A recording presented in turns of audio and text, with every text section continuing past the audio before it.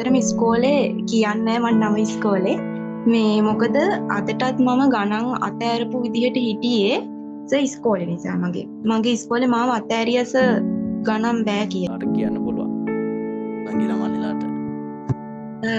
Sir මං සර්ගේ class එකට ආවා කලින් එකපාරක්. මේ අහම්බෙන් තමයි YouTube එකෙන් සර් මං අඳුරගත්තේ. ඊට පස්සේ එක වීඩියෝ එකක් බැලුවා නිකන් ජොලියට වගේ ආව පන්තියට.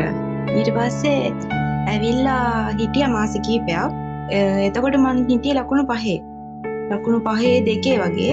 ඊට පස්සේ සර්ගේ 25 පන්තියට ගියා මං ඉස්සෙල්ලාම ආවේ. ඊට පස්සේ වැඩ කරගෙන යනකොට ටිකක් ලකුණු වැඩි වුණා. ඊට පස්සේ මට එහෙම්මම ක්ලාස් එක මිස් වුණා මට කාලයක්. ඊට පස්සේ ආයෙ මම ගිය අවුරුද්දේ මම O level කරා. මම ගණන් ඇත්තටම ෆේල්. ඊට පස්සේ මට ගිය අවුරුද්දේ මම සර්ට මැසේජ් එකක් දැම්මා රිසල්ට් කියලා. ඊට පස්සේ සර් තමයි මට කිව්වේ ක්ලාස් එකට එන්න. සර් මට සල්ලිත් එපා කිව්වා. සර් සල්ලි එපා පුතා ක්ලාස් එකට එන්න කිව්වා. ඒ වචන නිසා මම නිකන් ඉතින් ඇවිල්ලා බැලුවා. මං ඉතින් අතෑරලා හිටියේ ගණන් ඇත්තටම සර් මං සර්ටත් කියලා තියෙනවා ගණන් අතෑරලා හිටියේ කියලා. ඉතින් ගණන් අතෑරලා ඉන්න වෙලේක ඇවිල්ලා ක්ලාස් එකට නිකන් බැලුවා. ටික දවසක් යනකොට මටම තේරුණා මේ හදන්න පුළුවන් ගානක් දෙකක්. භාග පාඩම තමයි මම ඉස්සෙල්ලම සර්ගේ පාඩම මේ පන්තියට ආපු ගමන් කරේ. එතකොට සර් මට භාගවල එක ගානක්වත් බැරුව හිටියේ. එකතු කරන්නවත්, අඩු කරන්නවත්, ಗುಣ කරන්නවත් කිසිම දෙයක් බෑ. ඉතින් සර්ගේ පන්තියට ආපු පළවෙනි දවසේ ඒ ටික මං අල්ලගත්තා සර්. ඊට පස්සේ සර්ගේ පන්තියෙන් මං ඉස්සෙල්ලම දැනගත්තේ මට දැන් පුළුවන් දෙයක් කරන්න. මං එක පාඩමක් හරි ඉගෙන ගත්තා. ඊට පස්සේ මං ඔහොම යනකොට සර් මට තේරෙනවා මගේ ලකුණු වැඩි වුණා. ඊට පස්සේ 25 පන්තියේදී සර් මට ගෲප් එකට මැසේජ් දාලා ළමයිට කිව්වා මේ පේපර්ස් කරන්න කියලා. දවසට 5ක් දැම්මා. පේපර්ස් වීඩියෝස් 5ක් එක්ක. ඒ වීඩියෝස් 5යි පේපර්ස් 5යි කරනකොට ඉස්සෙල්ලාම මට තිබ්බේ සර් ලකුණු 5යි. ඊට පස්සේ දෙවෙනි පේපරේදී 7යි. තුන්වෙනි පේපරේදී 10යි. කොහොම තිබ්බා. හැබැයි 25 වෙනි පේපරේදී සර් මට ලකුණු 25න් 25ම තිබ්බා. එතකොට මම මේ පාර එක්සෑම් එක දෙවෙනි පාර තමයි මම ආයෙ කරන්නේ ගණන්. කරාට පස්සේ ඇත්තටම සර් මම පළවෙනි පේපර් එක මට ෂුවර් 25න් 24ක්වත් හරියනවා සර් අනිවාර්යෙන්ම. එච්චරට ෂුවර් මට. මොකද සර්ගේ පන්තියට ආවේ මම බින්දුවෙන්. ඇත්තටම මට ඕන කෙනෙක්ට කියන්න පුළුවන් සර්ගේ පන්තියට ආවොත් ඇවිල්ලා බලන්න ඕනේ සර්.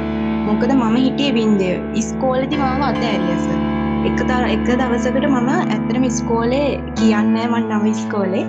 මේ මොකද අදටත් මම ගණන් අතෑරපු විදිහට හිටියේ සර් ඉස්කෝලේ නිසා මගේ ඉස්කෝලේ මාව අතෑරියස ගණන් බෑ කියලා. මගේ පොත බැලුවෙත් නැහැ.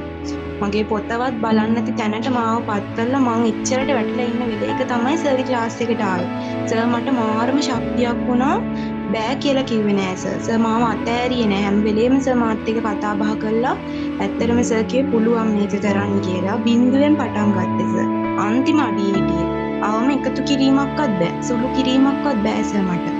හැබැයි සර්ගේ පන්තියට ආවට පස්සේ තමයි මට තේරුනේ කරන්න බැරි දෙයක් නෑ. ගණන් කියන්නේ ඇත්තටම ලේසි. මගේ රිසල්ට් එක ආවට පස්සේ සමහර විට මම මේ දැනට මං ආර්ට් කරන්නේ සර්. ආර්ට් කරන්නේ මං ආසයි ලෝය කෙනෙක් වෙන්න. ඒ නිසා හැබැයි සර් රිසල්ට් එක ආවට පස්සේ ඒ දේ වෙනස් වෙන්න පුළුවන්. මම මැත්ස් වලට යයිද දන්නෙත් නෑ. ඒ තරම් මම ආසාවෙන් තමයි ගණන් හැදුවේ. මොකද සර්ගේ පන්තියට ආපු දවස. ඒ සර්ගේ වචන වලට සර් අන්තිම දවසේ ක්ලාස් එක නවත්තනකොට මාර විදියට ඇඬුවා අපි. එච්චරට දුක හිතුණා සර් සර්ගේ පන්තියෙන් අයින් වෙන්න. අදත් ආවේ ක්ලාස් එකට. මොකද අනිවාර්යෙන් කතා කරන්න ඕන නිසා සර්. මොකද මම කියන අනිත් අයටත් ඇවිල්ලා ඇත්තටම බලන්න ක්ලාස් එක ගොඩක්ම හොඳයි. බින්දුවෙන් පටන් ගත්ත අද මම මෙහෙම හරි ඉන්නේ මේ සර් නිසා. මට අද කටක් ඇල්ල කියන්න පුළුවන් මට ගණන් පුළුවන් වුණේ සර් නිසා කියලා සර්. ඉතින් ගොඩක් ස්තුතියි සර්ට. thank you sir. හරි බා. හොඳයි ඉතින් මාත් හිතුවේ නෑ